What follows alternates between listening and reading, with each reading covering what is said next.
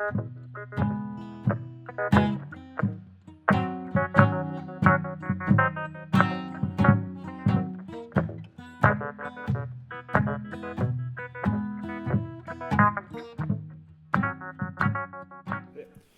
hey, hey! Bienvenue au podcast de la semaine! Qu'est-ce que tu regardes? Épisode 189. 189, on se rapproche du 190, Ben? On fait un test aujourd'hui Oui, en présentiel, en direct de Chicoutimi dans le Saguenay. pour le festival Regard. Intéressant. Oui, Alors, on est bien installé. Donc, sous cette vue incroyable de la rivière, Chicoutimi, je sais pas comment on l'appelle. ça, c'est la rivière Saguenay derrière nous autres. Rivière Saguenay. De toute façon, personne ne va voir, mais c'est pas grave. Personne ne voit. Mais c'est incroyable. Puis je te parle aujourd'hui, Ben, de plusieurs nouveautés au cinéma. Il y a eu beaucoup de nouveautés au cinéma en ce moment. Oui. Mais juste avant, tu veux-tu des scoops? Tu veux-tu les scoops que j'ai appris cette semaine? Vas-y. Une série qui sort sur Prime Video le 30 mars. J'ai jamais entendu parler de cette série-là, mais c'est Mobland. Ok. Avec Tom Hardy. T'as-tu entendu cette série-là? Absolument pas. Il me semble qu'il y a un autre acteur dedans. J'essaie de me rappeler c'est qui, mais je me rappelle pas. Mais je sais que Tom Hardy joue dans cette série-là. Mobland, le 30 mars. Fait que on va en avoir le cœur net dans quelques semaines. Sinon, on a un film qui a été joué au SXSW. South by Southwest. Oui, c'est ça. Festival, au Texas, je pense que ça se passe. Festival, plusieurs séries, plusieurs films qui ont été... C'est bien des films indépendants, je pense. Oui, ouais. Mais il y a, entre autres, The Accountant 2 qui a joué là. Donc, le Comptable 2 qui sort en avril, je crois, à fin avril. Puis, il a gagné le prix du meilleur film de ce festival-là. Ah, c'est vrai? Oui, ben, Je j'ai sais vu ça qu'il y a- aujourd'hui. Il y avait quand même Death of a Unicorn qui était là. Oui, c'est vrai. T'avais-tu autre chose? T'avais-tu un film québécois? Je me rappelle plus. En tout cas. Bonne question. Ouais. Je sais qu'il y a eu des séries aussi là, qui ont joué là. Mais oui, Dead of Unicorn. D'ailleurs, il y a eu la première à New York il y a quelques semaines. Oui. Cette semaine, oui. Cette semaine. Puis ça sort la semaine prochaine. Ouais. Je sais pas si ça va être bon. L'annonce a l'air quand même très particulière. Là. Le film a l'air original quand même. Mais je te parle d'un A24 cette semaine qui était pas au-delà de mes attentes. Là. Fait que on verra bien. On s'en reparle. On parlait d'une série sur Prime Video. Il y en a une autre qui commence en avril, si je me trompe pas. Ou bien qui commence... non, je crois que c'est en avril. Je ne sais pas la date exacte. C'est The Boundsman avec Kevin Bacon. Ça a l'air d'être comme une espèce de prêteur sur gage qui... En tout cas, je n'ai pas tout regardé l'annonce, là, mais ça a l'air bien. Ça a l'air bien. On a eu quelques bonnes annonces qui sont sorties cette semaine. Freakier Friday. Ouais. Le deuxième film de Vendredi Ding Ding Ding. Un Vendredi Ding Ding, je pense. Je sais pas s'il y a deux dingues ou un ding. Ding. Ding Ding Ding. Mais ça. T'as Lindsay Lohan puis Jamie Lee Curtis qui revient dans leur rôle respectif. Puis là, je crois que c'est Lindsay Lohan est rendue avec des enfants. Puis là, tout le monde va changer. En tout cas, ça a l'air d'être un peu... tu sais, voyons. Jumanji. Next Level. Ok. Je sais pas si tu l'as vu. Là. Non, j'ai pas vu. Mais tu sais, c'était le même principe que le premier film. Welcome to the Jungle. Sauf que là, avec les grands-parents, tu sais, Danny DeVito était là. Mais tu sais, ils ont fait un film semblable aussi sur Netflix, Family Switch, avec Adam, ouais? avec Je sais pas. Emma Myers qui jouait dans Wednesday. Ok. C'est de la même chose. L'as-tu vu? Non, j'ai pas vu.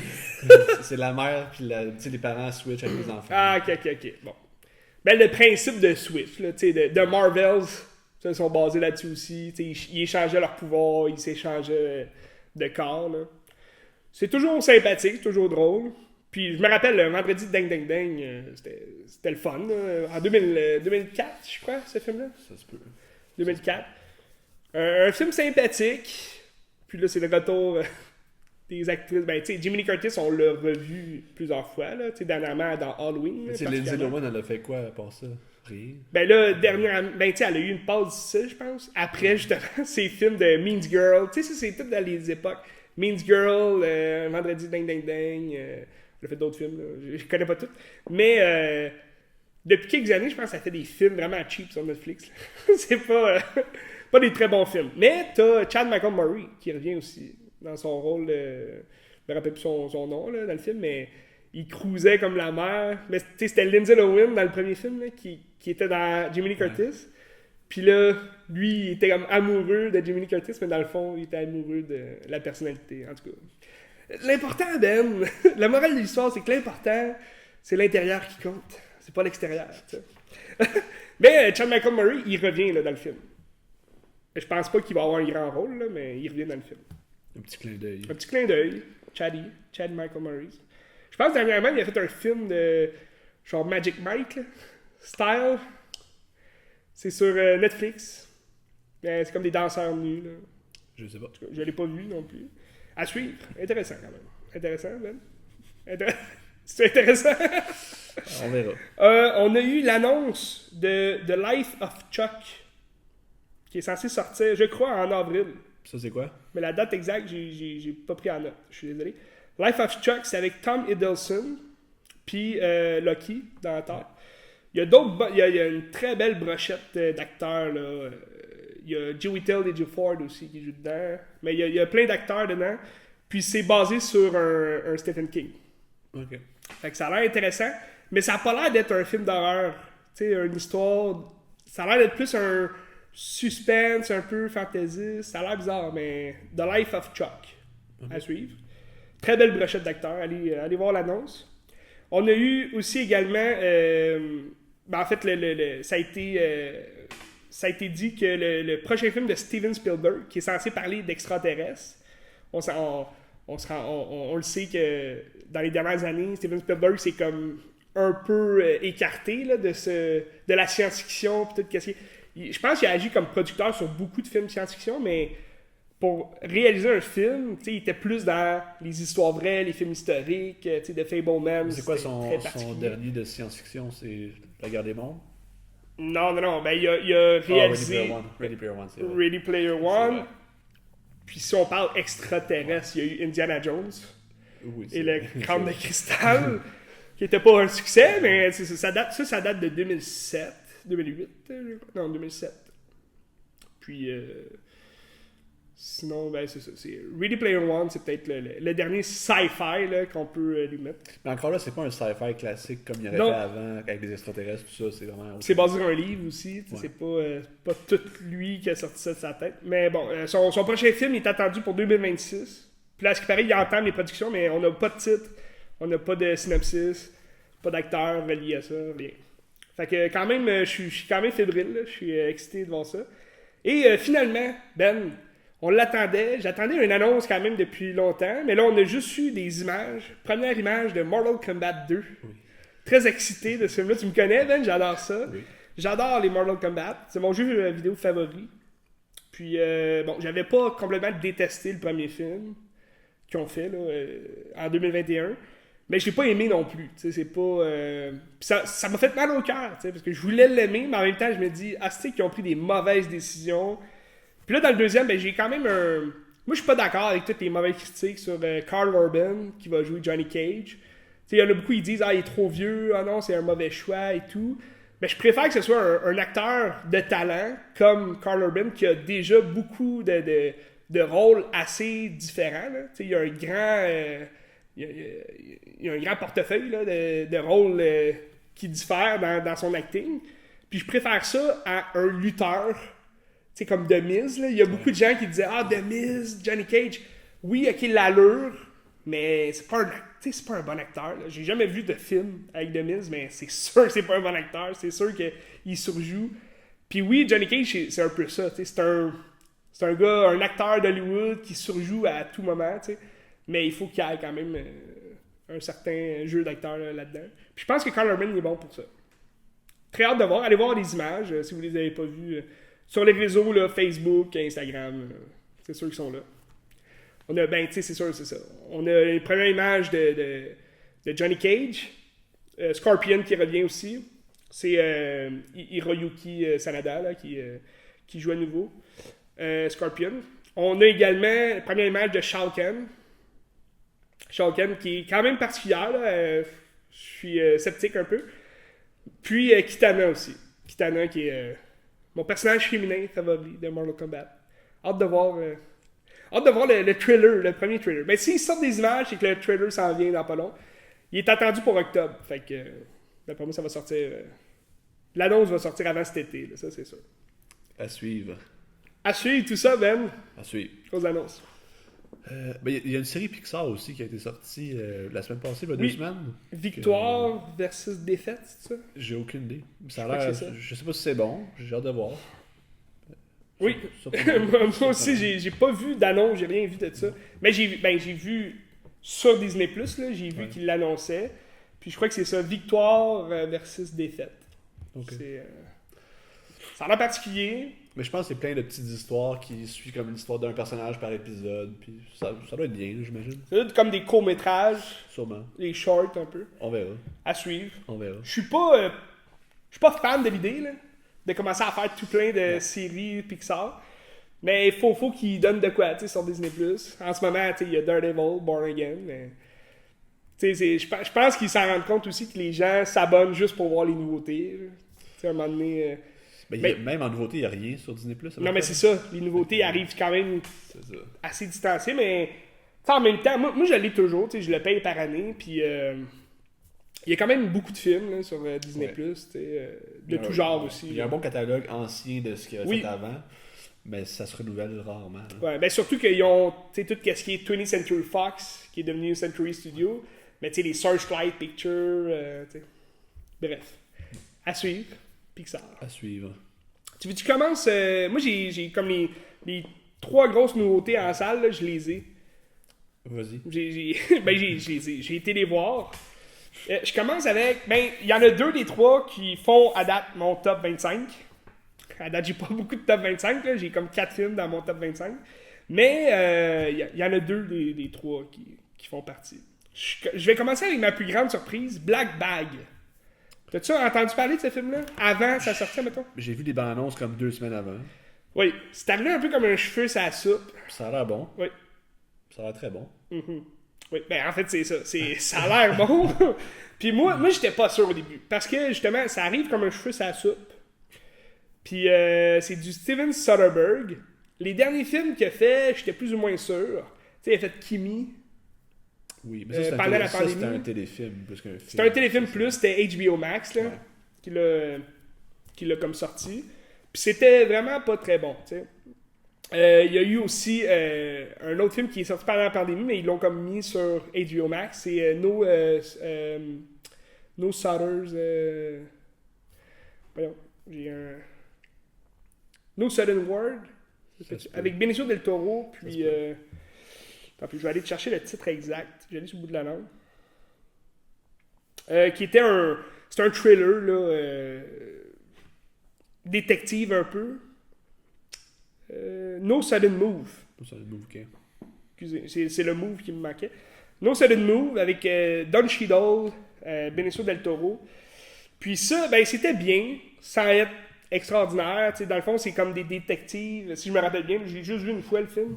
C'est comme des détectives, mais ils font comme semblant de faire une espèce d'extraction de quelqu'un. Puis en tout cas, ça tourne au vinaigre. Là, tout ça. Ils veulent voler du cash à un caïd. Je pense que ça part en couille. T'avais Brendan Fraser qui jouait un petit rôle là-dedans. Mais tu sais, ça, c'était correct, là, sans plus. Puis tous ces derniers films, en fait, tu sais, Logan Lucky, je l'avais bien aimé, sans pour autant que ce soit extraordinaire. Puis tu sais, tous les Magic Mike, j'ai pas vu de Last Dance. Là. Magic Mike de Last Dance, je l'ai pas vu. Pour moi, le gros film de Soderbergh, c'est Danny Oceans. Donc, c'est la trilogie, là. C'est Ocean 11, Ocean 12, Ocean 30. Tu savais que c'est le plus jeune récipiendaire de Palme d'Or? Oui. À 26 ans. Oui, avec Sex, Lies and Videotape. Lies and Videotape. Ouais. Je l'ai pas vu. Moi non plus. T'as l'air intéressant. Toi, t'aimerais-tu ça le voir? En fait, j'ai aucune idée de quoi ça parle. C'est 1989. Ouais. Ça concerne un mari, une femme, une sœur, puis son ami. La sœur de sa femme, puis son ami. En tout cas, ça a l'air particulier. Mais oui, effectivement, il a remporté beaucoup de prix. Mais tu vois, j'ai comme l'impression qu'il a comme évaporé un peu son style à travers les années. Puis là, The Black Bag, il arrive avec un style qu'on connaît bien, là, à Steven Soderbergh. Un style qui est arrivé plus, je crois, plus vers les années 2010, si je peux dire. Là. C'est de la lumière naturelle, mais comme surexposée un peu. C'est très clair, surtout dans une salle de cinéma, ça m'intéresse moins. Moi, j'appelle ça du dazzling light. Là. C'est comme éblouissant. Là. T'es comme tabarnak aussi, je regarde. Puis c'est souvent, tu sais, mettons, la lumière naturelle, mettons, t'es dans une chambre à coucher, tu sais, dans la Black Bag, t'as souvent une scène avec. Parce qu'il y a un critique de casting, là, quand même, dans la Black Bag. T'as Michael Fassbender, qui est le mari de Cate Blanchett. Puis les deux travaillent pour une agence d'espionnage, qui est comme gérée, si tu veux, entre guillemets, par Pierce Brosnan. Pierce Brosnan qui n'a pas un grand rôle dans le film, mais il est là, puis c'est le fun. Là. Toujours le fun d'avoir Pierce Brosnan. Puis, ben là, le couple, ils vont comme être dans... C'est une agence un peu à la CIA, là.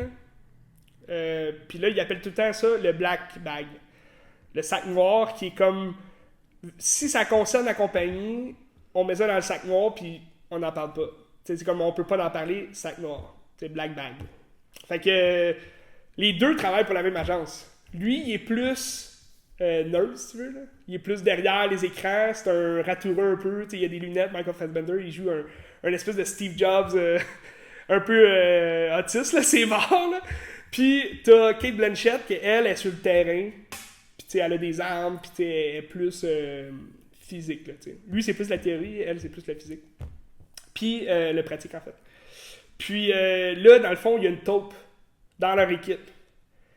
Fait que là, t'as Michael Fassbender que dès le départ du film, tu sais, le film commence, voilà les noms des suspects de votre équipe qui pourraient être la taupe, puis ta femme en fait partie. T'sais. Fait que là, t'as Michael Fassbender qui est réputé pour être le gars de l'agence qui réussit à tout savoir, puis tu sais, il connaît tout, puis il sait où aller chercher, puis tout. Que là, lui, il met en place justement un système pour aller espionner, si tu veux, chacun des membres de son équipe là, ou de son travail qui est suspecté d'être la taupe. Fait que jusqu'à la fin du film, tu te demandes si c'est même pas lui la taupe, tu sais, ou sa femme, ou un autre membre de l'équipe. Parce que moi, j'ai adoré le dialogue du film. Là. Dans le fond, le film est court, là, 1h30, 1h35 peut-être. Mais t'as comme un espèce de 10 minutes très près du début du film là, où il invite tous les suspects de la liste chez lui pour un souper. Pis c'est comme les soupers chez le couple, le couple parfait de l'agence pis tout. Pis c'est tous les suspects sont tous en couple. Dans le fond, c'est deux couples plus le couple de Michael Fassbender puis Cate Blanchett. Puis là, t'as juste une discussion autour de la table. Puis là, c'est Michael Fassbender qui dit on a l'habitude de jouer à des jeux quand on invite à souper, tu sais. Puis là, le jeu, c'est dites-nous la vérité sur quelqu'un, tu sais, des trucs comme ça. C'est quoi les résolutions, tu sais, de la prochaine année. Mais c'est tout en finesse, tu sais, c'est très... je me sentais un peu dans un Quentin Tarantino, là, tu sais, où ça se lance des perches, ça se lance des flèches, en fait. Mais c'est comme pour rire, on rit, mais plus tard, tu le sais que ça va avoir une répercussion. C'est une game de poker. C'est un peu une game de poker en ligne. Comme Reservoir Dogs. Un peu, oui. Scène que ça tourne. C'est ça. Ouais. C'est ça. Fait que j'ai adoré ça. J'ai adoré ça. Puis le reste du film, c'est quand même tranquille. C'est un film qui est lent. Faut que tu prennes ton temps pour déceler chaque détail. Puis à la fin du film, c'est très bon. Là. Je dirais pas que c'est exceptionnel la fin. Là. Ça m'a pas flabbergasté, mais t'as comme une révélation de fin où t'es comme aïe, c'est bien maîtrisé. Là, t'sais. La réalisation est super belle. C'est juste ça. Comme je parlais, le Dazzling Light. Que j'aime moins parce que, tu sais, mettons, dans une chambre à coucher, t'as une petite lumière orangée. Ça passe. C'est sombre, ça passe. Mais tout de suite après, le lendemain, t'as un personnage devant des fenêtres. Puis c'est comme, tu sais, à l'hiver, là, en ce moment, là. Tu sais, dehors, il fait clair, il y a de la neige. Fait que, tu sais, c'est sûr que de la lumière naturelle dans une caméra, ça va faire comme surexposer la lumière derrière le personnage, puis ça va t'éblouir, tu sais. Puis il y a pas mal de scènes comme ça dans le film que, même en salle, je me disais, Colin, il fait noir. Il fait trop noir pour avoir une grosse scène comme ça avec de la grosse lumière. Ça m'a un peu agacé, mais ça change rien au fait que le film est super bon. Là. Mais j'ai décelé ça dans les derniers films, surtout à Steven Soderbergh, où il travaillait pas mal avec l'éclairage naturel. Ça peut être beau, là, c'est très beau, ça nous fait un peu pénétrer le vrai monde, si tu veux, le réalisme. Mais en même temps, moi, ça m'intéresse moins, tu sais, qu'une belle photographie avec vraiment des images bien contrastées, toute l'équipe. Tu sais, t'as, mettons, dans les dernières années, je les ai pas tant aimés, là, ces films-là, mais tu sais, dans les années 2010, là, t'as Contagion, qui était très populaire pendant la COVID. Je vais te dire. Ouais. Tu l'as-tu vu? Je l'ai pas vu, non. Contagion, c'est pas c'est loin d'être un de mes préférés de Steven Soderbergh. Puis ça fait peur quand même, comme film, mais c'est une bactérie, là. C'est comme le COVID, puis tout le monde meurt, puis là, la planète est en panique, puis... Tu sais, t'as un gros casting encore, là. T'sais, Jude Law, Lawrence Fishburne, Marion Cotillard, Matt Damon, Kate Winslet, Gwyneth Paltrow. Tu sais, t'as un gros casting, comme toujours. Steven Soderbergh a toujours un espèce de gros casting. Mais j'ai moins aimé ce film-là, Contagion. T'as Side Effect aussi. Side Effect, que je me rappelle, il travaillait beaucoup avec justement la lumière naturelle. C'est Rooney Mara, Jude Law aussi qui revient, Catherine Zeta-Jones, Channing Tatum. Channing Tatum qui a joué pas mal souvent là, avec Steven Soderbergh. Je m'attendais à ce qu'il y ait un petit rôle dans Black Bag. Parce que c'est le genre de rôle où Channing Tatum pourrait apparaître puis juste dire une réplique puis partir. Mais Channing Tatum jouait justement dans A-Wire. A-Wire, en français, c'est Piégé. En 2011. 2011, je sais pas si tu as vu ce film-là. Il a passé un peu sous la lumière du studio. Je pense même qu'il était sorti directement en DVD. Je suis pas sûr, mais moi, je l'ai en DVD.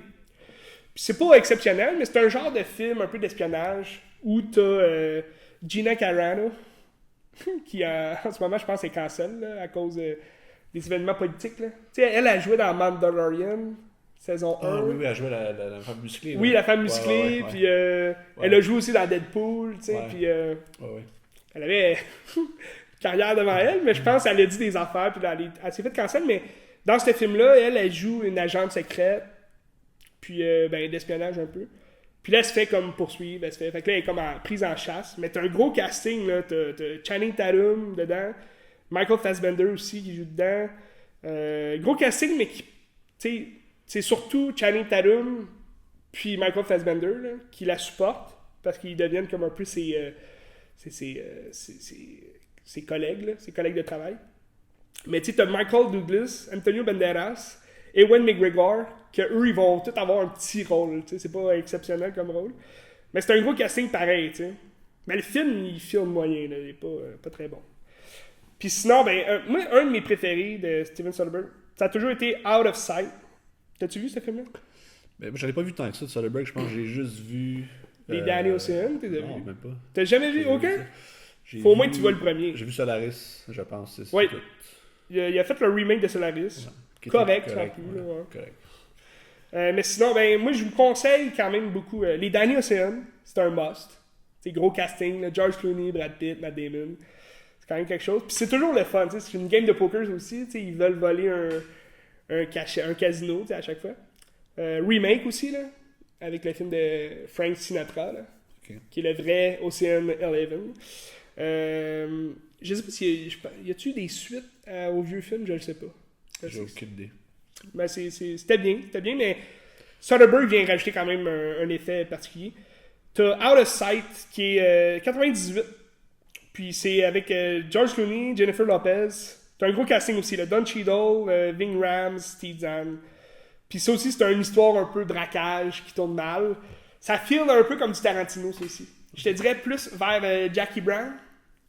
Un style, tu sais, t'as un très beau dialogue, puis t'as comme une histoire d'amour entre George Clooney et Jennifer Lopez. Là. Puis c'est très bon, mais j'adore ça. Puis t'as l'histoire vraie là, de Erin Brockovich. Ah, oui. Ok, je pensais que ça c'était Cameron Crowe qui avait fait ça. Non, Ah, c'est Steven Soderbergh. Okay. Mais c'est quand même, c'est particulier parce que à cette époque-là, tu sais, elle c'est 2000, Erin Brockovich, des années 2000. Puis tu sais, même Danny Ocean, on dirait que ça file pas comme les derniers films de Steven Soderbergh. Même à cette époque-là, il travaillait la lumière naturelle, on dirait que ça file pas comme le dernier Steven Soderbergh, mettons, qui est sorti.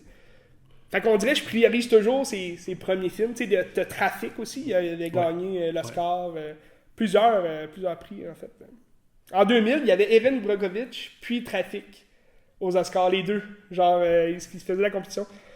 Mais Trafic, c'était très bien aussi, j'ai beaucoup aimé. Bref, beaucoup de bons films, Steven Soderbergh. Mais je vous dirais, si vous voulez commencer avec lui, admettons que vous n'avez rien vu ou vu quelques films, commencez avec ses premiers. Moi, j'ai pas vu son premier, là, qui est Sex, Lie and Videotape. Je sais pas si c'est son premier. Je pense que oui. Mais je pense que oui aussi. Tu sais, il a fait Che, je l'ai pas vu, en 2 parties. Je les ai, mais j'ai pas regardé encore, mais ça a l'air super bon. Ouais, Benicio del Toro, qui joue Che Guevara. Denis Villeneuve, il l'a suggéré dans son Crayon Closet. Ok, ben ça a l'air super bon.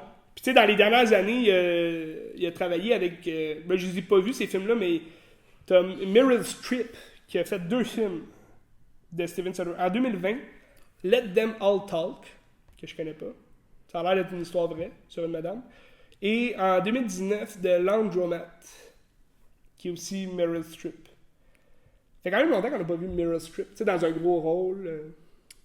Dans la fois, je pense que c'était Mamma Mia. Ah ouais, mais le plus récent, là. Oui, ben le dernier, là, genre, elle jouait dans... Elle jouait juste à la fin. Ouais. En plus, c'était même pas un gros rôle qu'elle avait. Ben, c'était quasiment The Post, son dernier gros rôle. Ah, c'est vrai, The Post. Ça fait quand même longtemps, ça aussi, là. Ouais, mais même ça, tu sais, un gros rôle, je veux dire, c'était plus Tom Hanks, là, dans le film. Ouais. Mais Steven Soderbergh, il a fait... il a produit une série de Girlfriend Experience avec, justement, la fille qui joue dans Logan Lucky. Je me rappelle jamais de son nom à elle. C'est Riley Coff. Ça, c'est la petite fille de Elvis. C'est vrai? Ouais. Petite. Elvis Presley, oui. C'est la fille d'Elisa Marie. Là. Ah oui, ok, oui. Mais elle était bonne dans Logan Lucky. Puis, il me semble que j'avais vu des bouts de la série de Girlfriend Experience. Mais je pense qu'il a fait la série, il a produit la série après son film de 2009, de Girlfriend Experience, qui suit vraiment une actrice porno, là, Sasha Grey. C'est une vraie porn star. Puis il la suit dans le film comme si c'était une escorte. Puis d'après moi, ça doit être quand même très près de la réalité, là, j'imagine. Mais c'est pas un long film, là, 1h17. Sinon, c'est ça. J'aimerais ça voir son film Eros. C'est avec... il a fait ça avec 2 autres réalisateurs. Antonioni? Oui. Ah, Antonioni, Michelangelo Antonioni, puis Wong Kar-wai. Wong Kar-wai. C'est 2004. Ah ouais. Fait que ça a l'air particulier, mais 3 grands réalisateurs qui font un film, puis j'en ai jamais entendu parler. T'as Gong Li qui joue dedans, Chang Chen, Chen Fang, Robert Downey Jr., Alan Arkin. Tu sais, t'as plusieurs noms, là. Particuliers. Ça se trouve-tu quelque part? Moi, je l'ai pas vu nulle part. C'est pour ça, là, j'aimerais ça le voir, mais dans ma liste. Bref. C'est ça. Il a fait plusieurs styles, Steven Soderbergh. Je vous dirais que Black Bag, ça s'est classé dans mon top 25 parce que à date, là, c'est très bon. J'ai passé un très beau moment. Mais tu sais, je suis pas un grand fan de Steven Soderbergh, mais je le sais que je vais toujours avoir du fun à regarder ses films. Même s'ils sont mauvais, c'est le fun. Bref, allez voir ça. En salle présentement. C'est un cinéaste de talent qui a plein de qualités. Exactement! Oui! Oui, alors. Tu gères avec une autre nouveauté? Moi, j'ai des films plus récents, mais qui sont pas des nouveautés. 2024, Okay. Fait que vas-y avec tes affaires. Parfait. Ben écoute, je peux faire un lien quand même rapidement là, avec l'espionnage. Un peu. C'est pas une nouveauté, là. Mais si tu veux aller avec un film plus récent après, sur Mubi, j'ai regardé Following. Oui. Le premier film long métrage, en fait, de Christopher Nolan. Je sais que tu l'aimes pas. Je sais que c'est comme ton pire ennemi. Ouais. Mais... J'espère qu'il va se racheter avec son prochain film qui va être, j'ose croire, excellent, mais on verra. Oui, on a beaucoup d'informations sur Odyssey qui arrive en 2026. Gros casting, encore là, big casting. Puis d'après moi, ça se concrétise un peu plus que sur le fait qu'il va vraiment se baser sur le livre d'Homère. Il est mieux. Ouais. On apprenait justement hier, on l'a appris ensemble, que il filmerait la scène avec le Cyclope. J'oublie son nom.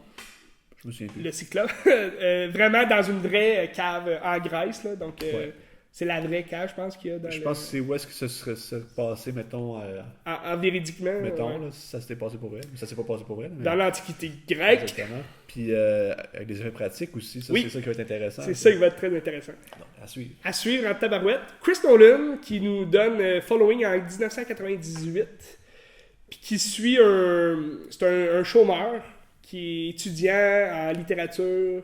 Il veut comme devenir écrivain, mais il est écrivain à ses heures. Mais tu sais, il est sous le chômage, puis il a rien à foutre. Puis là, il se dit, je vais commencer à suivre des gens. Puis là, c'est lui le narrateur du film, fait qu'il narrate le fait que il a vécu une histoire assez particulière, il a suivi quelqu'un, puis là, ça l'a mené, où là, il s'est fait des règles, que je suis jamais la même personne, 2 jours d'affilée, ou peu importe. Puis finalement, il a brisé cette règle-là en suivant un homme qui était mystérieux, puis qui traînait un sac. Puis finalement, ça va être un voleur qui va l'intégrer à son monde de vol, si tu veux.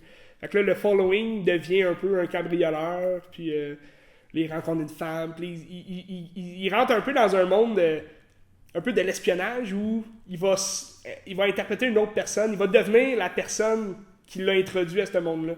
Puis la personne qui l'a introduit, il s'appelle Cobb, comme le nom de Leonardo DiCaprio dans Inception. Okay. Cobb. Fait que, je me rappelle plus son prénom là, dans le film. Je sais pas. Mais c'est ça, fait qu'il il va devenir un peu un James Bond. Il met ses vestons de cravate, il se peigne, il se rase. T'sais.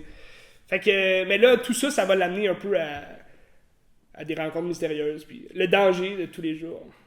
C'est un long métrage, mais moyen peut-être, là, métrage. 1h09, 1h10 environ.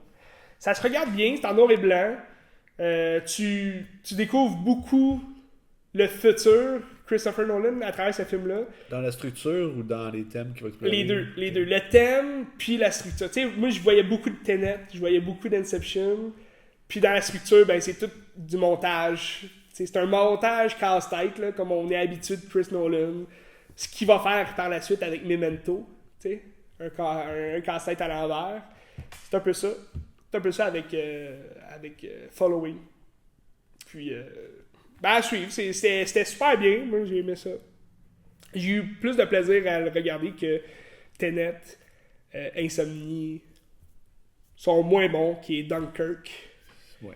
J'ai détesté Dunkirk. Détesté. Je sais pas si je te l'avais déjà dit, mais... Ben moi, c'est le film qui m'a le plus déçu en salle. Je l'ai vu en salle, j'étais super hypé, ça va être bon, ça va être le fun. Puis je suis sorti, j'étais fâché. C'était tant en poche. Ouais. Puis ça aurait pu être super bon si tu me donnes une structure qui a du sens. Là, tu me mets Exact. 3 histoires qui se concordent mal entre elles, puis ça sert à rien. Puis on comprend pas, c'est ça. Car au final, il n'y a pas de punch. Non. Tu sais, au moins, s'il y avait eu un punch à la fin, comme toutes les histoires se relient par un moment ou un... Mais il n'y a rien. Puis je pense que ça se relie quand même un petit peu parce que, tu sais, les Ouais, bateaux, tout ça. ouais, non, mais ça se relie. On le sait que ça se relie à un moment donné. Mais c'est Ouais. comme le concept, c'est le temps, genre, mais... Ouais, pour rien. Pour rien. Ben, tu sais, ce qui manque toujours chez Nolan, c'est l'émotion. Exact. À part, mettons, dans Interstellar, il y a un petit peu des belles scènes qui sont le fun. Mais, Le Prestige, c'était quand même... c'est trop loin dans ma tête. Mais, À voir. je vois, dans Dunkirk, il n'y a pas d'émotion. T'es pas attaché au personnage. Tu sais, le personnage meurt, puis t'es comme, meurs, je m'en sac, je te connais pas. Tu sais. Fait que c'est Harry ce qui manque. Style. Exactement. C'est ce qui manque chez Dunkirk, Ouais. chez Nolan généralement. Là, tu sais. Oppenheimer, c'est la même chose. J'ai trouvé. Oui, ben là, c'est en temps de guerre aussi. Ouais. Tu sais, peut-être que le concept de la guerre, ça fait dire à Nolan aucune émotion. Peut-être. Mais à suivre, The Following sur Mubi. Peut-être sur YouTube aussi. Peut-être sur YouTube. Checker. J'ai pas regardé. Ouais, peut-être. Mais moi, je parlais qu'un autre film de 2024, qui est le film numéro 1 de Marquis dans son top 10. Oui. Je sais pas pourquoi. C'est pas que c'est un mauvais film, c'est un super bon film. Mais, tu sais, pour moi, ça n'a pas été un coup de cœur, même si c'est un film qui est intéressant. Ça s'appelle All We Imagine as Light, de Payal Kapadia. Grand Prix à Cannes. Oui. Deuxième prix, en fait, après la Palme d'Or. T'as la Palme d'Or Grand Prix, prix du jury. Palme d'Or, on rappelle, c'était Anora. Anora qui a tout gagné. Puis le prix du jury, c'était Emilia Perez. Oui. Ah, intéressant. J'aurais promis Emilia Perez avant. Avant. Peut-être même avant Anora. Mais Oh, ouais, mon Dieu! Un autre sujet. Christy! Puis, dans le fond, c'est un film indien qui se passe à Bombay. si je me trompe pas. Grande ville en Inde. Puis c'est deux personnes, en fait c'est plusieurs femmes qui vont travailler dans un hôpital comme infirmière ou comme employée de soutien, dont deux qui vont habiter ensemble. Une plus vieille, une plus jeune. La plus vieille, son mari, il est comme parti en Allemagne. Puis c'est un mariage arrangé, tu comprends ça. Puis son mari, elle le connaît pas. Puis elle est comme dans la merde parce que c'est comme tout seul.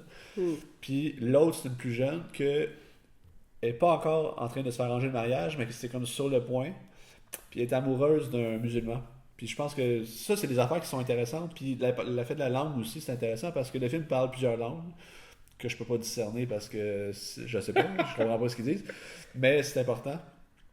Puis les genres de conflits ethniques ou religieux. Religieuse entre les deux familles. Puis je pense que les musulmans ont été comme tassés. Puis je pense qu'ils ont été au Bangladesh, si je me trompe pas à cause de ça. OK. Puis il y a eu de la grosse chicane à cause de ça. Puis elle est amoureuse d'un musulman, mais elle n'est pas musulmane. Donc là, il faut comme qu'elle se cache pour la voir, puis tout ça. Puis elle essaie de vivre son amour. Mais un Roméo et Juliette. Genre. Puis, ben c'est ça. C'est cette histoire d'amour-là en parallèle avec son ami. Puis c'est comme d'essayer de voir. Ben tu sais, fais juste vivre ta vie, là. Puis chill, là. Fait que c'est un film qui est super. Ben, qui est pas nécessairement léger à regarder, mais qui est léger dans ce que ça veut dire, mettons, tu sais. Juste dire, comme, vivre le moment présent. Puis, light, je sais pas si on parle de All We Imagine as Light, comme la lumière ou le poids. Le poids. C'est ça. Ça peut être les deux aussi. T'sais. La lumière de la croyance. Ou le poids de la vie sur toi, peut-être aussi. Fait que... Jésus-Christ. Puis quelqu'un est super sain de manière où est-ce qu'il faut qu'elle se cache pour rejoindre son chum. Puis là, elle fait le sacrifice, elle met comme le voile pour aller le rejoindre pour un mariage, je sais pas trop quoi. Puis ok, dans un métro, c'est quand même assez intense. Mais c'est très beau. Au bout du compte, c'est beau, mais ça t'a pas. Ben, ça va pas être un coup de cœur. C'est un très beau film. Peut-être en salle, c'est autre chose. Oui, Marquis l'avait vu en salle, je crois. Marquis l'avait vu en salle. Marquis vient juste ses films en salle dans son top. Comme un autre film que j'ai vu, que je jaserai par rapport à l'expérience salle et l'expérience salon, qui va être probablement deux choses différentes. Mais ouais, c'est ça. Parfait. Fait que Payal Kapadia. Tu l'as vu où, ça? Sur Criterion Channel. Criterion Channel. Je vous le conseille. Oui. Ça vaut le détour, mais c'est un film, c'est le fun. Mais sans plus. Ouais. Je tiens à mentionner aussi, on a parlé d'Anora, présentement sur Prime Video, gratuitement. Ouais. Si vous voulez le voir. Ouais. Checkez-le. Sacré meilleur film aux Oscars. Il arrive en Criterion Blu-ray, 4K, DVD. En avril. Fin du mois d'avril. Fin avril, oui. C'est ça. Ok, hey, je peux-tu te parler d'un film en salle que j'ai vu? Oui. Lequel? Ben, c'est mon deuxième qui fait mon top 2025 à date. Je ne crois pas. Ben là, selon les films à venir là, cet été, puis au courant de l'année, je crois pas qu'il va faire le top 25. Mais en ce moment, il est dans mon top 25 parce que j'ai juste mis 4 films à date. Parce que moi, en bas de 3,5, je mets pas de films dans mon top. T'sais. C'est sûr que je vais en avoir des 4, des 5, en tout cas. Ben 5, c'est encore drôle, là, mais des 4 au moins. Puis, je te parle de Novocaine. Oui. Novocaine, j'ai eu énormément de fun à regarder ce film-là. C'est du plaisir en barre, là, en barre de chocolat. Là, tu regardes ça. C'est un film 1h50 environ. C'est du déjà vu quand même. C'est un. Ben, non, le concept, on l'a déjà vu. Protagoniste qui se fait péter la gueule, qui mange tous les coups, qui se fait fissurer de partout, qui est en sang, qui se bat, tu sais. Ça, on a déjà vu ça, puis c'est drôle, c'est le fun à voir. Mais Novocaine, si tu as vu l'annonce, tu connais le film. Là. C'est Jack Quaid. C'est un film de Dan Burke et Robert Olson. Je les connais pas. Ils ont fait d'autres films, là. Villains. Je connais pas. Significant Others. Ça dit-tu quelque chose? Non. Buddy, qui est comme un court film, 1h05. Et The Statelander. Non. C'est tous des courts films, mais ça me dit rien du tout. Puis ils ont fait... C'est un duo de réalisateurs qui fait tout ensemble. Fait que Novocaine, ça a l'air d'être leur premier gros film par Paramount. Puis c'est Jack Quaid, qui devient quand même assez big là, à Hollywood, Jack Quaid, qui l'a dit lui-même d'ailleurs qu'il est chanceux d'être un enfant star. Ouais. T'sais, un enfant chouchou, parce que c'est l'enfant de Meg Ryan et Dennis Quaid. Fait qu'il dit, je suis chanceux d'avoir des parents qui étaient déjà populaires parce que ça m'a aidé. Puis c'est comme le seul à l'admettre aussi, là. Fait que c'est encore plus valorisant pour lui, parce qu'on se dit, bon, il l'admet au moins, puis c'est vrai, puis il est bon, tu sais. Fait que pourquoi pas. Jack Quaid qui était populaire surtout pour The Boys, sur Prime Video. Mais que, tu sais, il a joué dans Scream. Cette année, 2 films à son actif, là, Companion, Ouais. puis Novocaine. Puis il a joué dans d'autres films aussi, là, avant ça. Mais bref, Novocaine, ça explique... c'est l'histoire de Jack Quaid, qui est un banquier bien ordinaire, qui... pas tant ordinaire, parce qu'il y a une maladie qui fait en sorte qu'il ne ressent pas aucune douleur. Fait que même quand il mange, il faut qu'il mange toutes des boissons comme liquides. Parce que mâcher, mettons, quelque chose de mou ou de dur, il pourrait se mordre la langue puis pas le sentir. Fait qu'il pourrait comme se sectionner la langue sans le savoir. Puis là, saigner puis comme mourir, parce qu'il peut mourir quand même. Mais il ressent aucune douleur. Fait que, mettons, il va se verser du café sur la main, ça devient rouge, mais il ressent pas rien. Tu sais, il se met une alarme sur sa montre à chaque 2 heures pour aller vider sa vessie. Pour pas qu'elle explose, parce qu'il ressent pas l'effet qu'il a envie de pisser, tu sais. Fait que c'est ça. Fait qu'il y a une vie assez... Tu sais, il l'explique aussi à un moment donné dans le film que ses parents l'ont comme toujours protégé à cause de ça. Fait que là, lui, il habite seul, là, mais c'est un homme dans la jeune trentaine, là, tu sais, qui... Ben, fin vingtaine peut-être, là, début trentaine, qui vit dans son appart, il est tout méthodique, il fait rien de gros dans sa vie, il n'y a rien de particulier, il joue à des jeux vidéo le soir, il n'y a aucun ami, c'est vraiment un homme qui est un jeune homme là, qui est comme renfermé sur lui-même, mais il y a une fille à la banque qui travaille là depuis peu, puis il est amoureux d'elle. Puis ça, c'est Amber Midhunter. Amber Midhunter, on l'a vu souvent comme petit rôle ici et là, mais elle a surtout été connue pour Prey, qui est comme si tu veux, le dernier film de Predators là, qui ont sorti. Que moi, personnellement, j'ai détesté, j'ai pas aimé. C'était pas à cause d'elle, elle était super bonne, mais c'est juste le scénario, je le trouvais pourri. Puis c'est une actrice, là, c'est une actrice américaine, mais elle a comme des origines un peu amérindiennes. Fait que tu sais, elle a joué souvent dans des films, justement, où ça mettons Hell or High Water, qui se passe sur les réserves, justement, amérindiens. The Marshman, t'sais. Puis je vais t'en reparler d'elle parce qu'elle joue aussi dans l'autre nouveauté que j'ai été voir en salle. Mais dans Novocaine, elle joue la fille dont Jack Quaid est amoureux. Puis là, ils vont vivre vraiment une soirée fabuleuse. Elle va lui apprendre à s'amuser, tu sais. Fait que là, lui, il est comme amoureux. Puis dès le premier soir, ils couchent ensemble. Puis là, le lendemain, il feel le bonheur et tout. Puis ça donne qu'il y a un braquage à sa banque. Puis là, il kidnappe cette fille-là. Fait que là, lui, il est comme... Faut que je la sauve, puis là, il va poursuivre les voleurs, puis il va se battre contre chacun d'entre eux. Puis en se battant, ben c'est sûr que, là, comme on voit dans l'annonce, il plonge sa main dans une friture, là, de l'huile chaude là, à frire. Fait que il ressent pas la douleur, mais il pogne le gun dans la friture, fait qu'il a sa main toute dégueu pendant tout le film. Fait que il va manger une claque, mais il ressent rien. Fait que c'est encore plus drôle même. Mais ça ressemble à tous les films du genre Nobody. T'as-tu vu Nobody? Non, j'ai pas vu. C'est un homme de... Ben, lui, il ressent la douleur. Là. Mais c'est un père de famille qui il va commencer à se battre. Nowhere, tu sais, puis à souffrir. Mais c'est toujours le fun, tu sais, voir un personnage, un protagoniste se faire comme décolliner, mais, tu sais, il survit. Pis... Ben, c'est un peu comme Deadpool, dans le fond, là. Ben oui, Deadpool, Wolverine, c'est la même chose. Mike Wazowski aussi. Dans ma critique Letterboxd, je compare ça à Mike Wazowski, tu sais. On est comme Boo qui regarde Mike Wazowski se faire mal, tu sais, parce que... Tu sais, veut pas, il voit là, que sa jambe est en sang, tu sais, Novocaine, je pense. Il a sa jambe en sang, mais il peut rien faire, il ressent pas la douleur, fait que là, il fait juste comme mettre des plasters, puis comme, tu sais, il essaye de se soigner, là, pour pas perdre trop de sang. Mais pour vrai, c'est un feu roulant de plaisir. C'est un beau moment, tu sais. Est-ce que je le conseille en salle, genre, tu sais, à tout prix? Non, parce que c'est un film qui va... Tu sais, c'est pas... Cinématographiquement parlant, c'est pas incroyable. Là.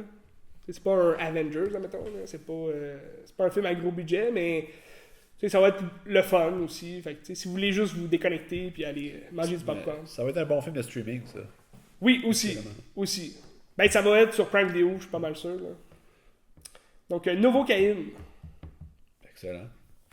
Exactement. Ah, t'as aussi, je voulais dire... Le méchant, dans le fond, dans le film, c'est Ray Nicholson. Le fils de Jack. Le fils de Jack. Qui jouait dans Smile 2, là.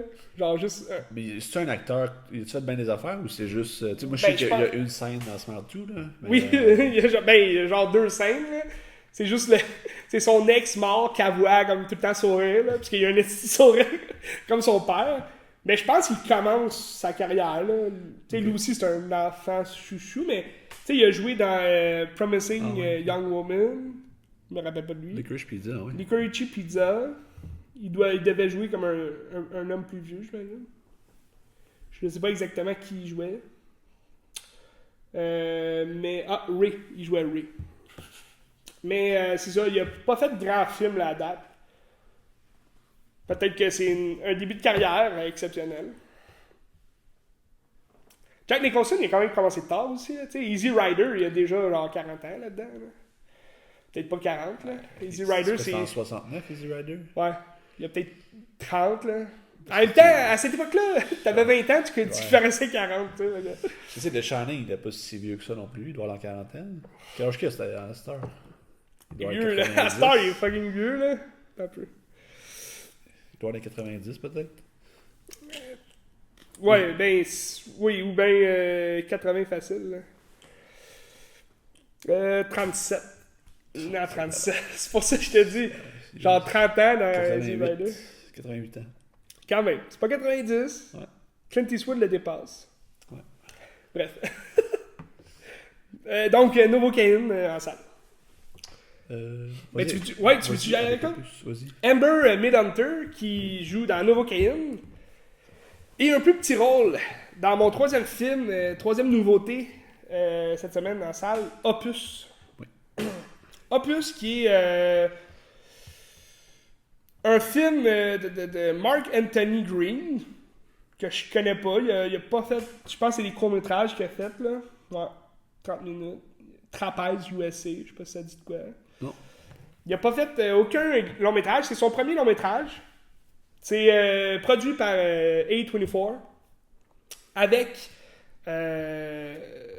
Ayo Edebiri qui reviendra bientôt. Ayo Edebiri et John Malkovich. Donc, c'est surtout John Malkovich, moi, qui m'intéressait. Ayo Edebiri, qui... tu vas y revenir un peu. Absolument. Avec des films. Mais moi, je l'ai connu surtout dans The Bear, qui joue sur Disney Plus en ce moment. 3 saisons, quand même. Puis, super bonne, là, super bonne actrice dans Opus. C'est surtout John Malkovich que moi, il éblouit quand même dans le film. Il joue une espèce d'ancienne star pop. Donc, il chantait, un chanteur des années 90. Puis, tu sais, il est révolutionnaire et tout. Tu sais, un style de Michael Jackson, mais qui a disparu. Puis là, ça fait comme 27 ans qu'on n'a plus jamais entendu parler. Puis là, dans le film, ben, il fait resurface avec un nouvel album. Puis il invite 6 personnes à venir dans son espèce de domaine, là, son ranch, pour écouter l'album. Fait que là, c'est 6 personnes, dont Ayo Edebiri, qui joue une journaliste, qui est invitée avec son patron du journal, avec t'as Juliette Lewis, qui joue une espèce de interviewer là, à la télé. Puis t'as 3 autres personnes, là, un influenceuse, un écrivain, puis une photographe, une paparazzi. Fait que là, ces 6 personnes-là, mais tu sont pas tant exploitées. Là. Tu connais plus Ayo Edebiri, mais les autres, tu connais pas tant, tu t'en fous un peu.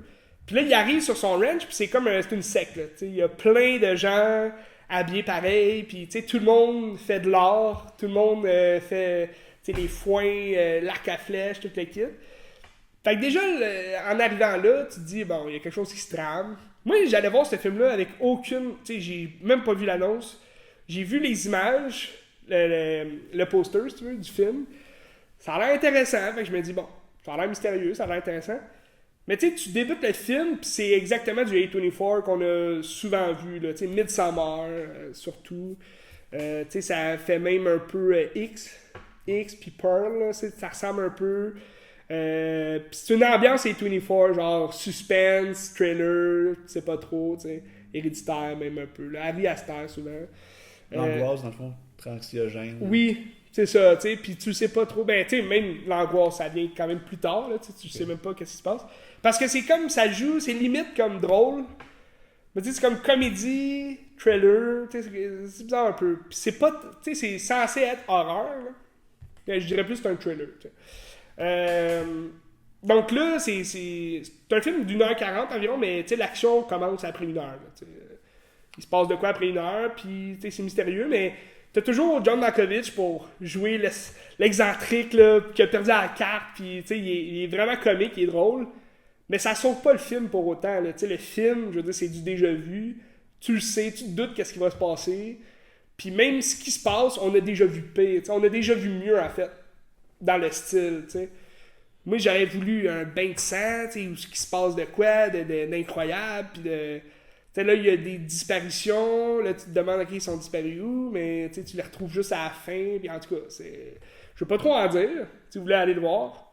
C'est mystérieux, c'est drôle. Ça me faisait beaucoup penser à Blink Twice, qui est pas un A24, là, mais qui est sorti comme l'été passé, puis... ou à l'automne, avec Channing Tatum, qui joue justement un influenceur qui s'est reclus. Puis là, il invite des gens sur son île, puis en tout cas, il se passe de quoi. Ça ressemblait un peu à ça aussi. Fait que tu sais, c'est comme un mélange de tout ça. Fait que tu sais, du déjà vu, rien de surprenant, rien à revendre, tu sais, de nouveau. Fait que c'est décevant. Puis tu sais, c'est comme tu me disais, A24... C'est la prise de risque et A24. Au départ, exact. c'était ça, puis ça l'est probablement plus, parce qu'ils sont pris dans un carcan de... Ça devient redondant, tu sais. Exactement. Fait que c'est dommage. C'est pour ça que je te disais, The Death of Unicorn, ça a déjà l'air plus original. À suivre. Tu sais, à suivre avec A24 pour la semaine prochaine, le 28 mars. Ouais. Donc, c'est tout. C'est tout pour Les pour nouveautés. moi. Ouais. Ben moi, je peux rebondir sur Ayo Edibiri avec Bottoms. Moi, j'ai découvert dans Bottoms, qui est un film que j'ai vu l'année passée. C'était dans mon top 10 2023, si je ne me trompe pas. Ouais. Deuxième film de... c'est quoi son nom? Oups. Un peu, je t'ai dit ça. En tout cas, elle a Emma fait... Seligman. Emma Seligman, exactement. Puis elle a fait Shiva Baby avant, qui était très très bon aussi. Différent. Ah oui, qui était basé sur un court-métrage qu'elle avait Ouais, fait. qui était Shiva Baby, le court-métrage aussi. Le court-métrage est super bon, le long-métrage est super bon aussi, mais Bottom, ça va quand même ailleurs.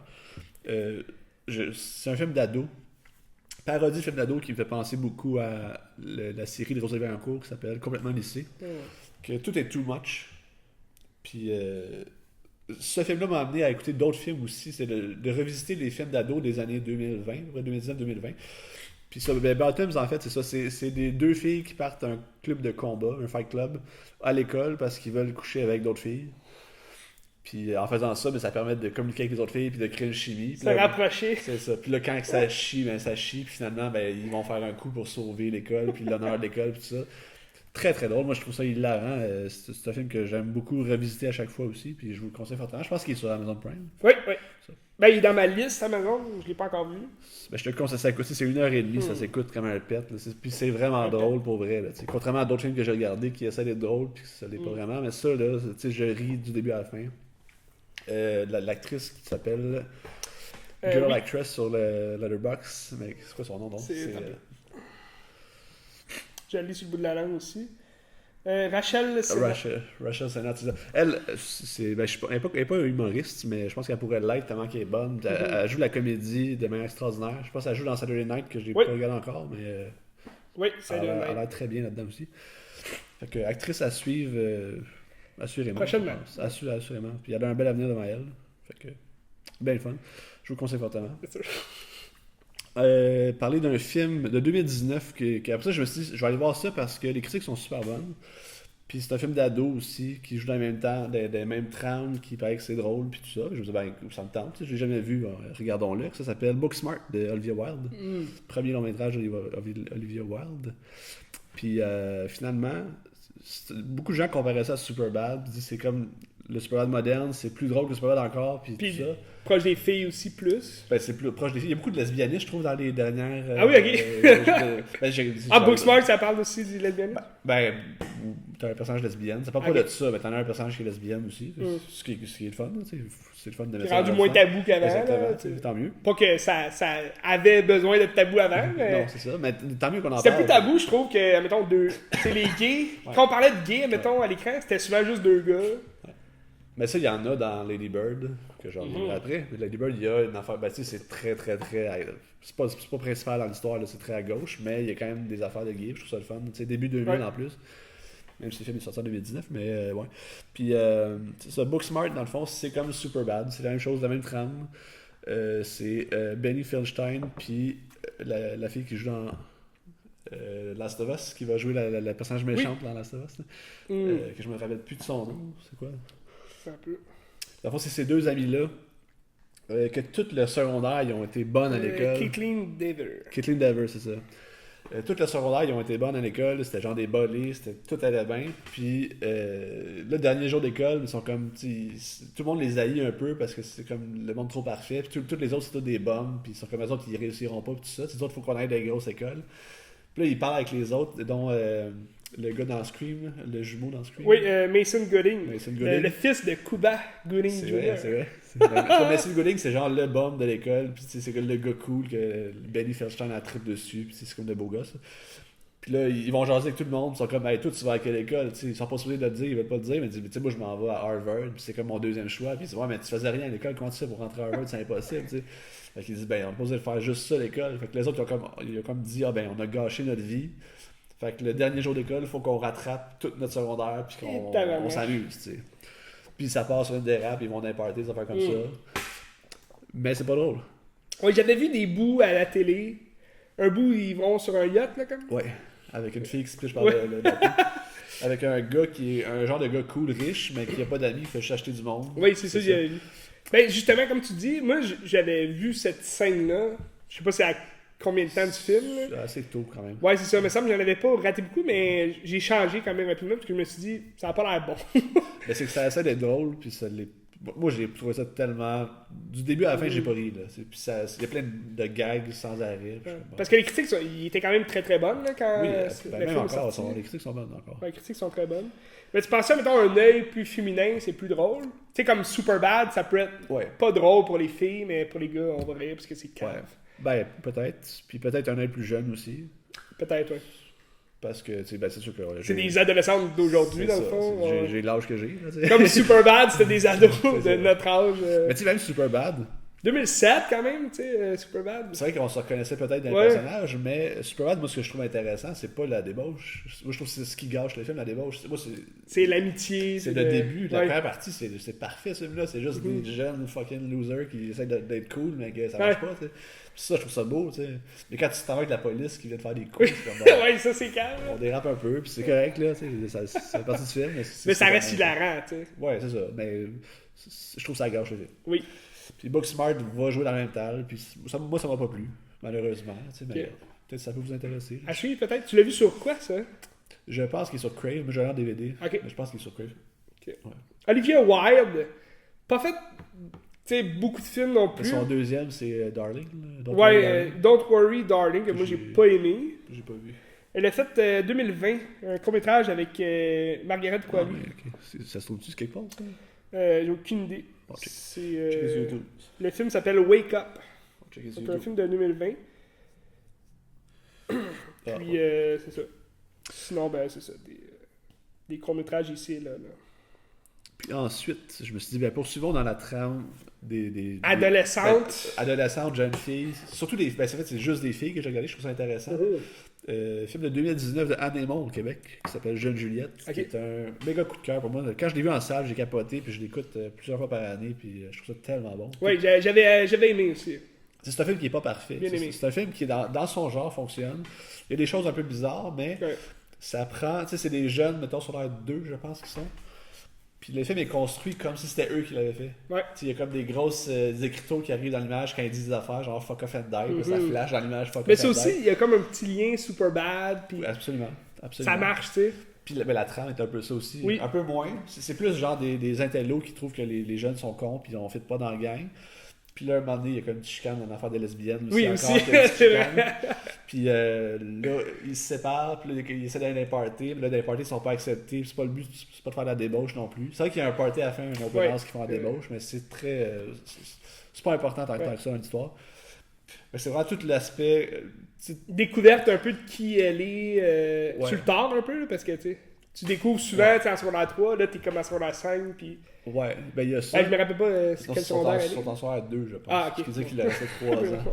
Mais, tu sais, c'est surtout l'aspect... Tu sais, l'adolescence, c'est pas toujours beau pour tout le monde. Puis Anémone, je pense qu'elle se reconnaît beaucoup dans Juliette. Puis c'est juste de dire, hey, c'est pas si pire que ça. Puis regarde, on est rendu là aujourd'hui, puis on en rit. Fait que c'est de voir un peu cette marde-là du secondaire, mais d'un œil, avec un regard extérieur, un regard de haut, en disant, ben regarde, c'est pas grave, tu sais. Tu passes à travers, puis tu sais, c'est drôle, puis on s'amuse tout. Moi, j'avais beaucoup aimé les scènes avec son père, là. Robert Aubert, il est tout parfait. Mais moi, l'histoire, tu sais, justement, d'un père qui jase avec ses enfants, moi, j'adore ça dans les films. Puis c'est surtout ce qui me rapprochait aussi dans 8th Grade. Ouais. De Bo Burnham. Puis tu sais, je trouve que Jeune Juliette ressemble beaucoup à 8th Grade aussi. C'est vrai. Dans la fonction de jeune fille qui veut trop grandir vite. Puis, ou qui veut juste être quelque chose. Exact. C'est ça. Exact. Mais tu sais, il y a une bonne scène où elle est comme fâchée, elle perd son ami, tout ça, puis elle dit, hey, j'ai pas d'affaires dans ce monde-là, tu sais, personne connaît Dostoevsky, personne connaît Céline, puis t'as juste Robert Aubert qui est comme, ben, on la connaît Céline, c'est pas la chanteuse, l'écrivain. Ça fait toujours rire, c'est bon. Puis Alexandre Jamieson, je l'ai pas revu depuis. Je sais pas si elle a fait d'autres choses, pour ça je pourrais pas dire. Mais Léane Desilets, que je parlais la semaine dernière avec Denis Danger. Extraordinaire. J'ai hâte de voir ce que ça va faire après parce qu'elle est super bonne. Je l'adore. Okay, ouais. Donc, c'est Jeune Juliette. Puis j'ai terminé mon parcours de film de jeune adolescente avec Lady Bird. OK. Premier long métrage de Greta Gerwig. Avant les sœurs, les filles du Docteur March. Les Little Women. Little Women, puis Barbie. Puis elle va faire quoi le prochain, c'est Narnia? Narnia. Ah ouais. Okay. Je suis sceptique, Ben. Je suis sceptique. Ben, c'est ça, à suivre. Ouais, on verra. C'est sur Netflix, hein? Ouais, moi, je suis surtout sceptique à cause de Netflix. Ouais. Mais Greta Gerwig, c'est sûr qu'elle peut faire quelque chose d'intéressant. C'est sûr.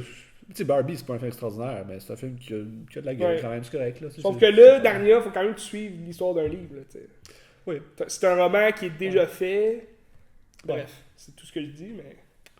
On verra. On verra bien, on verra bien ce qui en suit. Mais Lady Bird, c'est autobiographique, je sais pas à quel point, mais ça l'est un petit peu. Dans le fond, c'est Saoirse Ronan qui joue Christine McPherson, Lady Bird. Elle habite à Sacramento, puis elle, son rêve, c'est d'aller à New York, où c'est à côté à sa université. Mais tu sais, la vie d'une famille un peu pauvre, son père, il a des problèmes de dépression, il perd sa job, tout ça. Sa mère... Dans un genre de ranch, là, comme... Elle habite non, ben c'est pas un ranch, mais c'est une petite maison, un petit bungalow. Campagne, elle dit qu'elle habite du wrong side of the track, là, fait qu'elle fait une track de chemin de fer, puis elle habite du côté des pauvres, puis les riches l'autre bord, puis elle fabule ses riches, puis ses maisons de riches, puis tout ça, tu sais. C'est un peu ses découvertes amoureuses de même. Puis ces dernières semaines ou derniers mois de secondaire, ben, disons secondaire 5 pour nous autres, là-bas c'est pas eux autres, là, c'est pas ça. Mais c'est ça. Puis elle vit ça, elle sort avec Lucas Hedges, que finalement, ben, il est gay, fait qu'il est comme vraiment fâché. Ah oui, c'est ça que tu disais tantôt, ouais. C'est vrai des belles scènes, c'est une super belle scène. Puis tu sais, à un moment donné, il se parle, puis il est comme vraiment tout déboussolé parce qu'il dit « Je veux pas que tu le dises à personne, tu sais, c'est mon secret. » Puis je suis comme « Oh wow, ok, c'est quand même beau. » Puis après ça, elle va tomber amoureuse de Timothée Chalamet, qui est un genre de musicien un peu nihiliste, badass, mais qui est un peu un tas de merde, tu sais. Puis je trouve que Chalamet, c'est pas son premier rôle. Non, il a fait Call Me By Your Name avant, il a fait d'autres choses avant. Ouais. Mais il a de la gueule, il a de la gueule d'emploi, puis tu vois déjà qu'il a quand même un talent. Avec un petit rôle comme ça. Ben, c'est qu'il a le physique aussi. Exactement. De un jeune. Il a l'air d'un mange-marde. Je pense pas qu'il est mange-marde, mais il a l'air d'un mange-marde. Il a l'allure. Il doit être sympathique. Je suis assez confiant qu'il est sympathique. Là. Moi, pas sûr, mais en tout cas. à suivre. Il sort avec Kylie Jenner en plus. Oui, mais justement. Puis, mais c'est ça, c'est un film qui est intéressant. Puis, je pense que le point fort du film, c'est le rapport à la mère. J'imagine qu'elle avait ce rapport avec sa mère, puis c'est comme si elle va jamais être assez bonne pour sa mère, puis c'est le conflit peut-être qui se ressemble trop, je sais pas trop quoi. Puis au final, ils s'aiment les deux, mais ils sont comme pas capables de vivre ensemble. Ouais, la lettre de fin est forte. Ah, vraiment. La scène à la fin, là, c'est vraiment beau. T'sais, elle laisse un message au répondeur, puis c'est comme s'ils saillissent, mais quand elle part en avion pour s'en aller, sa mère elle capote, puis elle dit je veux la voir, puis elle dit regarde. Son père, elle va revenir. Elle va revenir, c'est un film, c'est pas un film qui est parfait, ça reste un premier long métrage. C'est un beau film qui est efficace, qui s'écoute bien. Je vous le conseille. Je l'aime beaucoup, mais c'est pas un chef-d'œuvre. Mais je le conseille. Greta Gerwig. Je sais pas s'il se trouve quelque part. Peut-être sur Netflix. Peut-être, ou check- Crave, peut-être. Checker. Ah, et 24 Crave, ils ont des Peut-être affaires, ouais, Crave. peut-être Crave. En tout cas, j'ai l'air DVD. Ah! Appelez Ben. Ouais, Appelez- Colin. Fait que c'est ça, mes films d'ados. Oui. Qu'est-ce qu'on retient des films d'ados des années 2019-20? Ça a l'air dur. Ça a l'air dur. Non, mais là, ton film, il manquait un film là, cette semaine, une nouveauté. Ah, t'en as plus d'autres? Hein? Non, mais toi, pour conclure là, ta semaine d'ado, Millie Bobby Brown qui a sorti un nouveau ouais. film. Ben là, je l'ai pas vu, je l'écouterai pas, son affaire d'Electric, je sais pas trop quoi. Electric State, Ouais. je crois.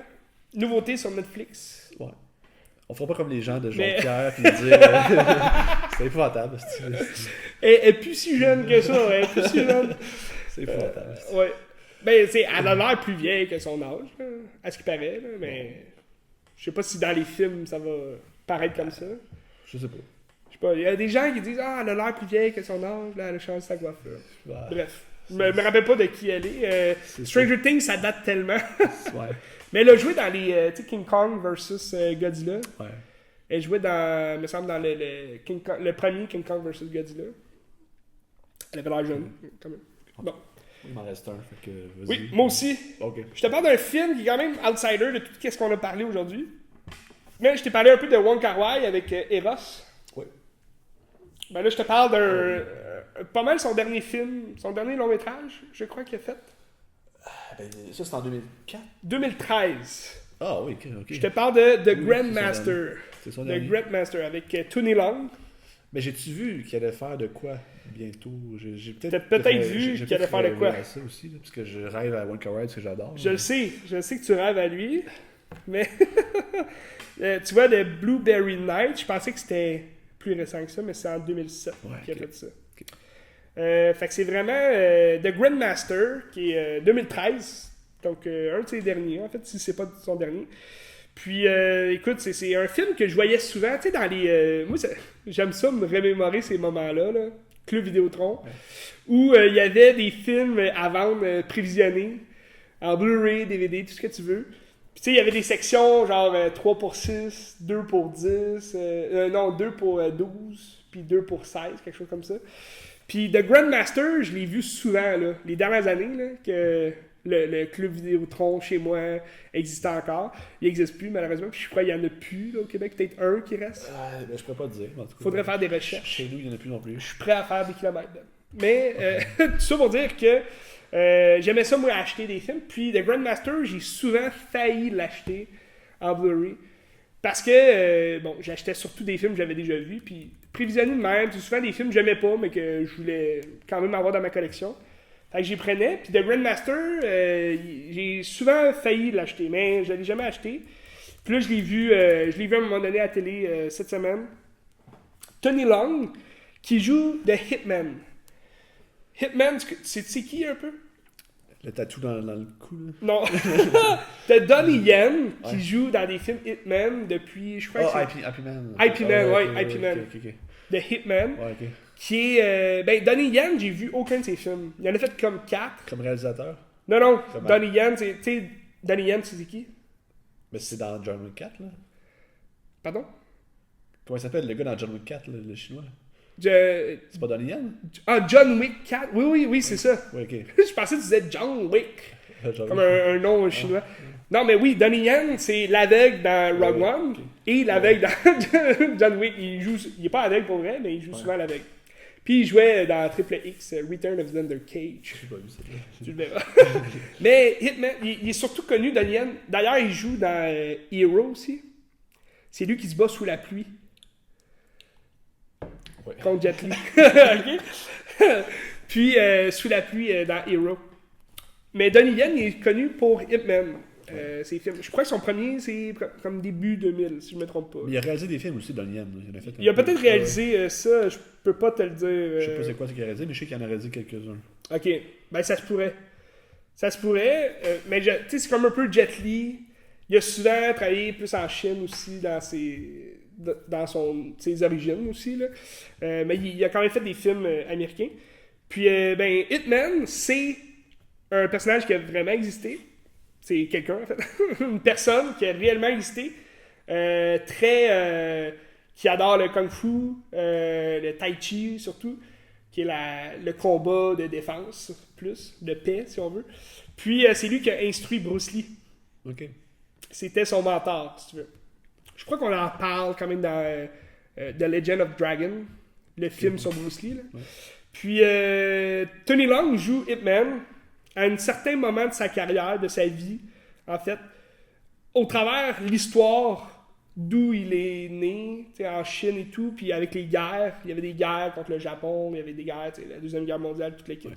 Fait que ça se passe sur plusieurs années. Je crois au début du film, on est dans les années 40, puis là on se déplace dans les années 50, on est rendu à telle place, puis à la fin, en 75, puis tout. Mais The Grandmaster, ça va quand même, on fait un topo, mettons, Ip Man au début.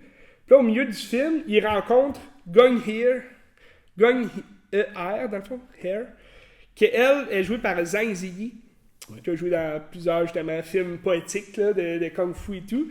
Puis elle, c'est comme la femme qui a comme toujours aimé, parce que Hitman, il y avait quand même une femme avec des enfants, mais là, après la guerre, son pays s'est fait comme envahir, puis il a perdu une de ses filles, puis là, c'est comme... C'est un peu mal expliqué, mais tu sais, il était plus le même après. Puis il a revu Gung Hare que là, il l'avait déjà affronté, parce que Hitman, il a affronté comme tous les plus grands combattants, si tu veux, de chacun des disciplines. Puis c'est pour ça qu'il est devenu légendaire, parce que en tai chi, en kung fu, en tout, qu'est-ce que tu veux, là. Il les nomme tout dans le film, là. Je les ai pas retenus, mais toutes les sortes de combats spéciaux. Puis elle, c'était une des masters. Fait que là, lui, il l'a combattu, puis il a comme... Il a pas perdu, mais les deux se sont comme séparés à la fin. Ils ont comme pas fini leur combat, puis là, ils se revoient après quelques années. Puis là, on raconte son histoire à elle. Je trouve que ça brise un peu le film, parce qu'on s'écarte un peu trop de Hitman. Mais après ça nous raconte le fait que il l'a toujours comme aimé, puis c'était comme un amour impossible, si on veut. Puis à la fin, bon, c'est sa finalité à elle, là, comment elle est morte, comment elle a disparu. Puis ça nous raconte à la fin qu'il est allé enseigner à Bruce Lee, le légendaire Bruce Lee. Mais c'est un film très poétique. Tu me disais, ça ressemble à du Wong Kar-wai. J'ai pas vu beaucoup de Wong Kar-wai. Mon film préféré, moi, c'est In the Mood for Love. Mais j'adore Chungking Express. Puis je pense que c'est tout ce que j'ai pas vu d'autres films vraiment de lui. Là. Il a fait un film de combat de même, Ashes of Time, que c'est un des rares que j'ai pas vu aussi. J'imagine que ça doit ressembler à Grandmaster. Là. Je pense que ça détonne pas mal de ce qu'il a fait à part ça. Oui, ben, c'est parce que sinon, ça ressemble pas du tout à Chungking Express, ni à In the Mood for Love. Peut-être dans la poétique, dans le cinématographique, l'esthétique. Il y a beaucoup de ralentis chez Wong Kar-wai. T'en as-tu là-dedans? Oui, là-dedans, c'est très ralenti. Okay. T'as des images, mettons, qui... C'est comme si c'était un bug, là, mais comme il déplace sa main au ralenti. Ouais. Fait que ça, c'est très intéressant. Mais tu sais, les combats, c'est très poétique, là. Au début, il se bat sous l'eau, puis là, t'as comme toute l'eau avec les mouvements du tai chi, puis... Fait que c'est très beau à voir. Moi, j'ai beaucoup aimé. Ça reste que c'est pas... c'est pas à la hauteur de In the Mood for Love, là. Mais... très beau. Je vous le conseille. Ça se trouve-tu? Je pense qu'il ça doit se trouver. Il est sur Tubi, je pense. Sur Tubi, je crois, ouais. Tu peux le trouver, c'est pas mal sûr. Là. Ouais. Peut-être sur l'application de Télé-Québec. Peut-être. Allez voir ça. Mais je pense qu'il est sur Tubi, ça j'avais checké. Donc, Wong Kar-wai, à voir. On parlait de club vidéo. Oui. Je vais faire un petit shout-out à le Vidéo Centre-Ville à Québec. Tu iras voir, tu peux louer, c'est un gros club vidéo, j'ai jamais été là, mais je les suis sur Facebook, je trouve ça génial ce qu'ils font. Ils font des posts avec des jokes tout le temps, c'est extraordinaire. Fait que, tu iras voir ça, c'est un des rares clubs vidéo qui existent encore. Là. Vidéo Centre-Ville à Québec. Intéressant. C'est ça. C'est ce que je voulais dire. Merci. Moi, je peux finir avec une Palme d'Or. Oui. On parlait de grands films, Palme d'Or, puis justement l'actrice principale est décédée ça fait 2-3 jours. Emily Dequesne. Elle avait un cancer rare, elle est décédée à 42-43 ans, je ne me rappelle plus. C'est Rosetta, des Frères Dardenne, première de 2 Palmes d'Or. Après l'enfant, c'était la deuxième. C'était la première. En 99. C'est un film typique d'Ardennien. C'est du réalisme social fucking lourd à écouter. C'est un film que j'ai noté. Pour moi, mon expérience, c'était un 3 étoiles et demi. Ok. Je l'ai noté 4. Puis je comprends la Palme d'Or. Même si l'expérience pour moi n'était pas extraordinaire, je comprends la Palme d'Or. Il dépasse son plein potentiel. Exactement, c'est un film de salle. Il faut voir ça en Ok. salle, absolument. Tu sais, c'est Dardennien, c'est de la caméra épaule, t'es proche des personnages, ça shake, c'est agressant, c'est le réel, c'était dans ça.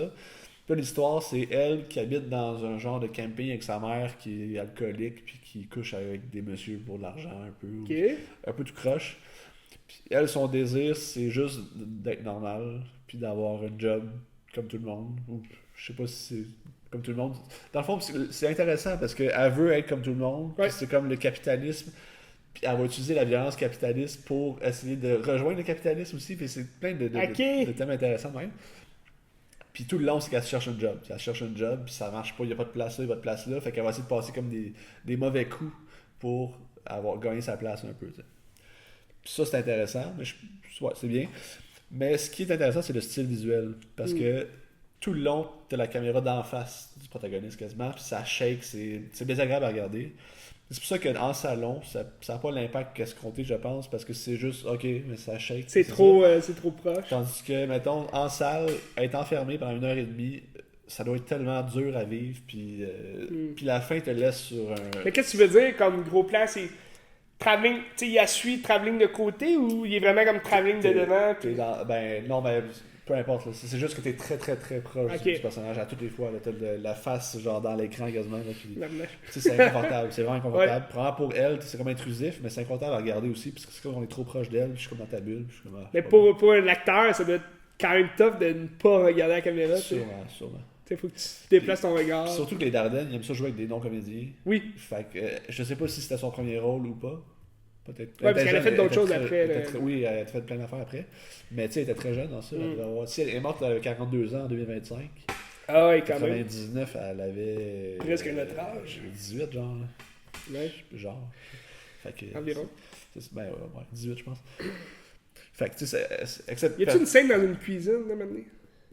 Il y en a eu quelques-uns. Qu'est-ce que tu me parlais? On l'a peut-être vu des bouts au cégep. C'est le début qu'on a vu. Où est-ce qu'elle perd sa job, puis là, elle se fait enfermer dans une case, Ah, puis c'est là, ça. il sort, ouais. Je me rappelle de ça, cette scène-là. C'est assez déchirant comme scène aussi. Ouais. Puis, ouais. Mais c'est ça, À voir, comme quand je même. disais, c'est à voir absolument. C'est un film qui est très très dur, mais qui est monumental. C'est une Palme d'Or. C'est une Palme d'Or qui est méritée aussi. Je sais pas c'était quoi les autres films en 99 qui étaient en compétition. Je sais pas. Mais c'était mérité. La film te laisse aussi sur une fin, ça brise sec. T'es comme, oh fuck, ok, je comprends que Ok. en salle, tu dois être genre détruit après avoir écouté ça, parce que c'est rough là. C'est rough. Fait qu'on regarde Cinémathèque québécoise, peut-être. Ben, il est sur Criterion Channel. Moi, Non, je l'ai mais vu en sur salle, tu Criterion. sais, vous le voir. Ça. Ah, ben il va sûrement jouer. Ben, surtout si elle est morte, ils vont peut-être le jouer au mois d'avril. Checker ça, la programmation sort dans quelques jours peut-être. Là. À suivre. Checker Rosetta. ça. Rosetta des frères Dardenne. Toujours des films qui sont pas sexy, mais qui Oui. sont monumentaux et importants. Alors, c'est Bien ça. sûr. C'est tout pour toi cette semaine, Ben? C'est tout pour moi cette semaine. C'est tout pour moi également. On regarde quoi pour la semaine prochaine? Genre 200 courts-métrages. Oh! Tabarouette! Oui, parce que là, on est au festival de chez Chicoutimi, Regard. Regard sur le court-métrage. Donc, intéressant. On va en jaser le prochain épisode. C'est plein de films que vous n'aurez pas la chance de voir. Fait que c'est... Ou peut-être l'année prochaine. Ou, Ben, c'est qu'il y a 60 pays qui sont représentés au festival. Fait que tu sais, il y a plein de films là-dedans qu'ils vont voyager. Peut-être qu'ils vont être aux Oscars aussi. Il y a des bonnes chances parce que c'est un festival qui donne accès aux Oscars. Mais c'est ça. On verra. On verra bien, que nous réserve ce festival. Puis, nouveauté de la semaine prochaine, c'est Blanche-Neige. Blanche-Neige. On a The Auto King aussi, avec Robert De Niro, qui joue deux personnages, deux identités. Donc, c'est l'année des doubles, hein, comme on disait. On a eu Mikey 17, on va avoir Sinners aussi avec Michael B. Jordan. Donc, à suivre, The Auto King. Je suis pas convaincu pour ce film-là, mais Blanche-Neige. Regardez du Disney peut-être avant le live action. On a eu d'ailleurs l'annonce aussi là, cette semaine, l'annonce complète de Lilo et Stitch, qui est quand même très intéressant. Moi je trouve que l'animation est laide, là, mais on verra. Ça battra jamais le film d'animation, ça c'est sûr, parce que le film d'animation il est quand même très très populaire, là, extraordinaire même. Mais je suis convaincu que ça va quand même plaire à toute la famille, là, aux jeunes. Puis, plus que Blanche-Neige, je pense. Mais Blanche-Neige, il a pas l'air si mal que ça. Non, il n'y a pas l'air si mal, mais tu sais, Exact. ça reste une affaire qui n'est pas nécessaire. Là, tu sais. Exactement. Donc, on se tient au courant à Qu'est-ce que tu regardes?